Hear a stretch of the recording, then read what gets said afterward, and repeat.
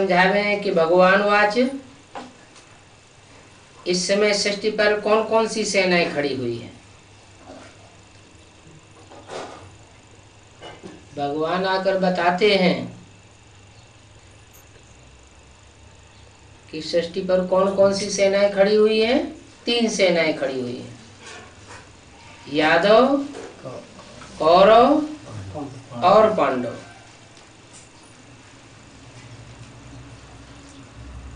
यादव किनको कहा जाता है?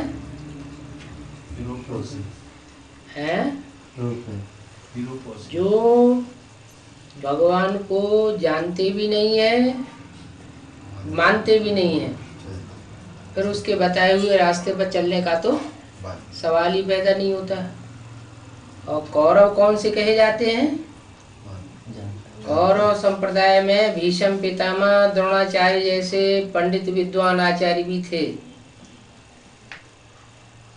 जानते थे ये भगवान है, लेकिन मानते नहीं थे।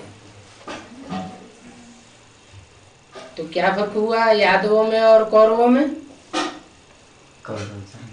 कौरव तो जानते भी नहीं है, मानने का सवाल ही नहीं, चलने का सवाल ही नहीं। और कौरव जानते हैं लेकिन मानते नहीं। और पांडव जानते भी है, माना जानना माना ज्ञान भी है, सच्चाई का ज्ञान है उनकी बुद्धि में कि सत्य क्या है, ट्रुथ गॉड फादर कौन है। तो जो जानते हैं वो है आस्तिक पांडव। पहली बात, पर जानने से ही सारा कमाल नहीं हो जाएगा। जानना अलग बात और मान लेना अलग बात। तो पांडव जानते भी हैं और मानते भी हैं, और फिर उनके बताए हुए नक्शे कदम पर चलते भी हैं। बातें कहाँ की हैं? जब भगवान संगम युग पर आते हैं उसी समय की बातें हैं। भगवान आते हैं तो बताते हैं कि ये 3 सेनाएं खड़ी हुई हैं, और इन 3 सेनाओं के बीच में मैं आकर के ज्ञान सुनाता हूं। ऐसा कोई नहीं है जिनके बीच में ज्ञान सुनाता ना हो। ये कोई नहीं कह सकता कि मुझे नहीं पता। अभी इस ब्राह्मणों की दुनिया में 3 सेनाएं हैं। क्या? यादव, कौरव और पांडव। यादव कौन है? यादव कौन है और यादवों का हेड कौन है?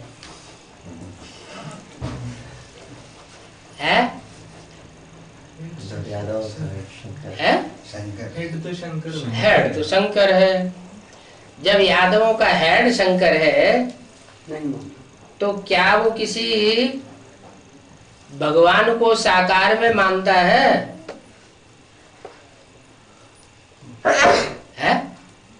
क्या मानता है कि कोई भगवान साकार में है?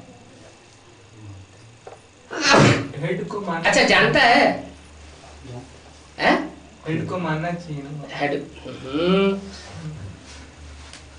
यादवों का हेड है शंकर, और शंकर जो यादवों का हेड है वो ये जानता है कि भगवान इस सृष्टि पर एक व्यापी होकर के आया हुआ है। जानता है? जानता है? अच्छा, जानता होगा तो स्वीकार भी करता होगा? स्वीकार भी नहीं करता। फिर पता कैसे चले कि जानता है या कि नहीं जानता है? वो दुनियावी गुरु लोग होते हैं, वो भी कहते हैं ठसाके से शिवो हम। कहते हैं या नहीं कहते हैं? वो जानते नहीं है तो भी कहते हैं शिवो हम ही शिव के रूप है। और यहाँ यादवों का जो हेड है वो जानता है कि शिव परमात्मा साकार रूप में इस सृष्टि में कौन है? शिव उसी में प्रवेश है। शिव उसी में प्रवेश है, वो तो ठीक है, हो है वो प्रवेश हो या न हो, लेकिन वो जानता है। जानता है। जानता है, अच्छा जानता है फिर मानता है? हैं? मानता भी है। मानता भी है। अच्छा किसी कैसेट में माना कि मेरे अंदर शिव बाबा है? अच्छा किसी लेटर, कोई लेटर तुम्हारे पास आया? ढेर सारे लेटर्स आते रहते हैं बच्चों के पास। उन बच्चों में से कोई बच्चा ये कहे कि मेरे पास एक लेटर आया, इस लेटर में स्वीकार किया कि ये भगवान का साकार रूप है? ऐसा तो नहीं। कोई ईमेल आया? कोई ईमेल में माना? अच्छा ईमेल में नहीं माना, कोई लेटर में भी नहीं माना, और लिटरेचर में भी नहीं माना, कोई अखबार में छपा हो वो भी नहीं माना, कहीं माना ही नहीं। और कहीं फोन ऑन आया कभी? किसी ने फोन आया हो तो फोन रिकॉर्ड भी कर लिया होगा तो माना? अरे अरे मानेगा कहां से जब जानता ही नहीं है? अच्छा चलो यादवों के हेड की बात छोड़ दो, ब्रह्मा के तन में शिव बाबा आता था, मुरली में बोला ब्रह्मा के तन में मैं आता हूँ, क्या इनको पता चलता है कि मैं कब आता हूँ कब चला जाता हूँ? नहीं पता चलता, पता ही नहीं चलता है मैं कब आता हूँ और कब चला जाता हूँ, तो ब्रह्मा को भी पता नहीं चलता। लेकिन ब्रह्मा तो मानते थे क्या कि मेरे अंदर शिव बाबा आता है। ये क्या बात हुई? वो मानते थे लेकिन जानते थे क्या नहीं। कि शिव बाबा कौन है? नहीं जानते नहीं थे। शिव परमात्मा, परम पिता परमात्मा शिव कौन है ये जानते थे? हैं? मेरे अंदर शिव आता है ये तो बताते थे, लेकिन ये जानते थे कि शिव परम पिता परमात्मा इस सृष्टि पर कौन है जो स्वर्ग की रचना करके जाता है, नरक का विनाश करके जाता है? वो नहीं जानते। वो नहीं जानते थे। अरे तो वो जानते नहीं थे लेकिन मानते थे कि मेरे अंदर शिव है। और यादवों का हेड शंकर मानता नहीं है, जानता है। इसका क्या प्रूफ? और जानेगा तो बताएगा भी ना, कोई प्रूफ भी मिलेगा। प्रूफ नहीं मिलना चाहिए है? जो अंदर होगा सो बाहर आएगा कि नहीं आएगा कभी? अरे भूले भटके आ जाए है, कभी न कभी आएगा नहीं कभी नहीं आएगा। शिव और शंकर अलग अलग है या एक है? शिव अलग है और शंकर एक है, अलग है। तो दोनों आत्माएं अलग अलग हैं, तो दोनों को एक कैसे मान लिया जाए? एक मान लिया, माना शिव हम स्वीकार कर लिया। और बाबा मुरली में क्या कहते हैं? जो अपने को शिव कहते हैं वो क्या है? हिरण्यकश्यप है। तो माना जो ऊंचे तबक्के में बैठा हुआ है, 3 पुरियों में सबसे ऊंचे तबक्के में बैठा हुआ है, उसको हिरण्यकश्यप कहा जाए? नहीं। तो वो हुआ यादवों का है। और बोलते भी हैं, बाप मुरली में ये बात बोलते भी हैं। क्या बोलते हैं? कि मैं विदेशी बनकर के आया हुआ हूँ। बाप क्या बनकर के आए? स्वदेशी बनकर के आए हैं या विदेशी बनकर के आए हैं? विदेशी बनकर के आए हैं। तो यादव विदेशी है या स्वदेशी है? विदेशी। यादव तो होते ही है विदेशी। यूरोपवासी यादव, अमेरिकावासी यादव, और उनको यादव कहा जाता है। तो बाप भी विदेशी बनकर के आया हुआ है। जो बाप विदेशी बनकर के आया हुआ है, चलो वो तो शिव हुआ, विदेशी बनकर के आया है, माने कोई तन में आया है, लेकिन जिस तन में आया है वो तनधारी स्वीकार करना चाहिए ना, क्या कि मैं शिव हूं। अच्छा, अगर वो स्वीकार कर ले तो ये महानता है या निष्कष्टता है? मेरे में शिव की प्रवेशता है ये मानना। हाँ, मेरे में शिव की प्रवेशता है, मेरे में ब्रह्मा की प्रवेशता है, ब्रह्मास्मि शिवोहम, ये बात कहना और मान लेना ये महानता है? महानता तो नहीं।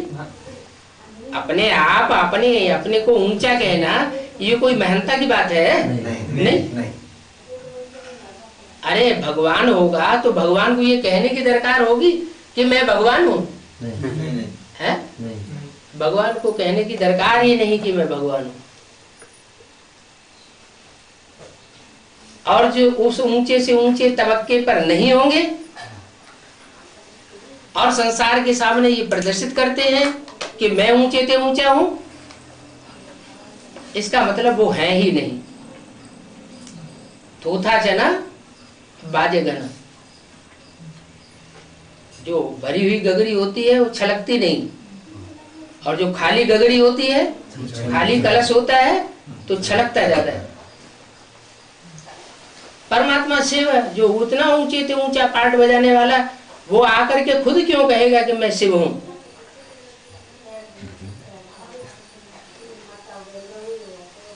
तो यादवों का हेड बनकर के आता है, माने विदेशी बनकर के आता है। और कारण भी बताता है, मैं विदेशी बनकर के क्यों आता हूं? भारत में आता हूं तो स्वदेशी बनकर के आऊं, विदेशी बनकर के क्यों आता हूं? सभी बच्चों से। हाँ, क्योंकि अगर स्वदेशी बनकर के आऊं, मर्यादा पुरुषोत्तम राम बनकर के आ जाऊं, तो सब सजनियों से मेल मिलाप नहीं हो सकता। इसलिए मैं विदेशी बनकर के आता हूं। सब बच्चों से मैं हर संबंध से मिल नहीं सकता, क्योंकि मैं मर्यादा में बना हुआ रहूंगा। इसलिए मैं मर्यादा पुरुषोत्तम बनकर के नहीं आता हूं।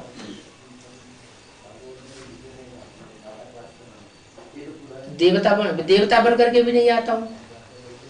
देवता में प्रवेश होने के लिए नहीं आता हूँ, मैं तो पतितन में आता हूँ। पतित में आकर के उस पतित को भी पावन बनाता हूँ। पतित से पतित कामी कांटे में आकर उसको बड़े से बड़ा कमल का फूल किंग फ्लावर बनाता हूँ। तो यादवों का हेड बनकर के आता है। महाभारत में क्या बनकर के आया था भगवान? क्या दिखाते हैं? यादवों का हेड था, कौरवों का हेड था, या पांडवों का हेड था? है?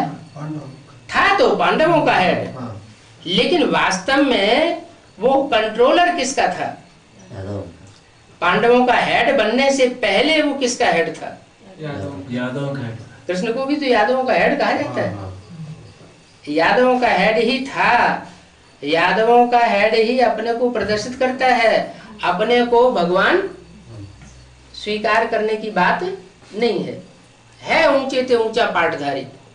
और फिर वो सिर्फ यादवों का बाप है, कौरवों का बाप है, या पांडवों का बाप है? सबका बाप है। तो सबका बाप है। ऐसा तो इस सृष्टि पर कोई है ही नहीं मनुष्य मात्र जिसका वो बाप हो। वो तो सारी मनुष्य सृष्टि का बाप है। इसलिए बार बार मुरली में धड़ाके से बोलता है, बच्चे तुम्हारा बाप आया हुआ है। बाप आया हुआ का मतलब क्या हुआ? तुम बड़े से बड़े कौरव हो तो भी तुम्हारा बाप आया हुआ। तुम बड़े से बड़े पांडव हो, तुम्हारा तो भी बाप आया हुआ। और तुम बड़े से बड़े यादव हो, अपने को समझते हो एटम बम फोड़ने वाले, तो भी तुम्हारा बाप आया हुआ। माना हर स्थिति में, हर परिस्थिति में वो तुम्हारे से बड़ा बनकर के आता है। बाप होता ही है बड़ा। बच्चे नंबरवार होते हैं और बाप तो बाप ही होता है। तो यादव संप्रदाय का भी वो हेड है।